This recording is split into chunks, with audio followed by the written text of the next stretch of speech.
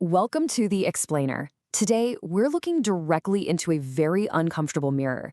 We're taking a deep psychological dive into the darker instincts of human nature. You see, this isn't just a history lesson.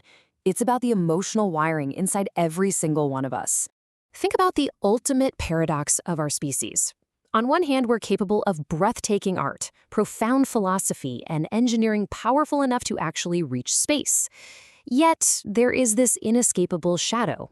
Endless historical wars, continual devastating conflict. The truth is, we have never stopped fighting. So why? Why does this exact same pattern repeat itself across entirely different centuries, different religions, and vastly different leaders? Generation after generation, the machinery of conflict just keeps grinding on. Why do we keep doing this? Well, to find the answer, we have to look past the battlefields. Part 1. The tribal brain and how war begins in the mind. You know, most of us assume conflict starts over politics or territory. But honestly, the truth is we are deeply, deeply tribal creatures. Tribalism isn't just some social construct we made up, it's an ancient, evolutionary survival instinct. For thousands of years, living outside of a group meant certain death. Your survival depended entirely on belonging to a tribe. Because historically, your tribe wasn't just your social circle. It literally guaranteed three fundamental pillars of your existence: your physical protection, your sense of identity, and your ultimate survival. Without the tribe, you had absolutely nothing. And the terrifying truth, our modern brains still carry those exact same instincts today. And because we still carry those ancient instincts, we naturally, almost reflexively, divide the entire world into two distinct categories: us and them. It's a psychological reflex designed to keep us safe, sure, but it's also the very foundation upon which all human conflict is built. Part 2. Fear as a weapon and the immense power of common enemies. Once you understand that we're wired to protect our tribe at all costs, you start to see how easily that instinct can be manipulated. War is almost always driven by fear. It's the fear of losing power, the absolute panic over losing resources, the existential dread of losing one's identity, and, of course, a primal fear of outsiders. Leaders throughout history have understood this psychology deeply. Think about it. A comfortable, secure population, they're really difficult to direct. But a fearful population, they become instantly easier to unite, incredibly easy to control, and highly motivated to mobilize. Fear literally strips away our individuality and fuses us right back into the tribe. It is an incredibly uncomfortable realization, but it's a fact of human behavior. People who disagree internally, who might even hate each other in times of peace, will often bond instantly and intensely when you give them a shared enemy. Tragically, humans often bond more tightly through opposition than they do through peace. It's almost as if we need an enemy to feel entirely whole. Which brings us to part 3, the illusion of morality and experiencing the narrative. So, how exactly do you get millions of ordinary people to support unbelievable destruction? Well, the disturbing truth is, most humans don't experience war directly. They experience narratives. They experience propaganda. The human mind is incredibly vulnerable to emotional storytelling that systematically weakens our objectivity and completely turns off our empathy for the other side.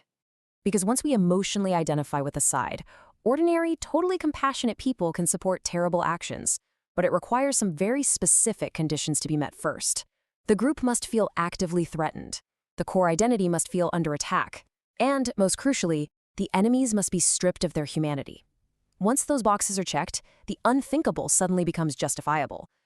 Conflict doesn't just change geographic borders, it fundamentally alters the human mind's ability to even perceive right and wrong.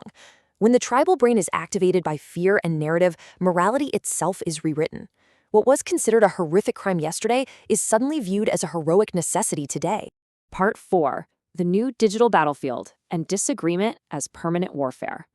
Now, you might think we've evolved past all this primal stuff, but modern technology has actually intensified these ancient instincts in terrifying new ways.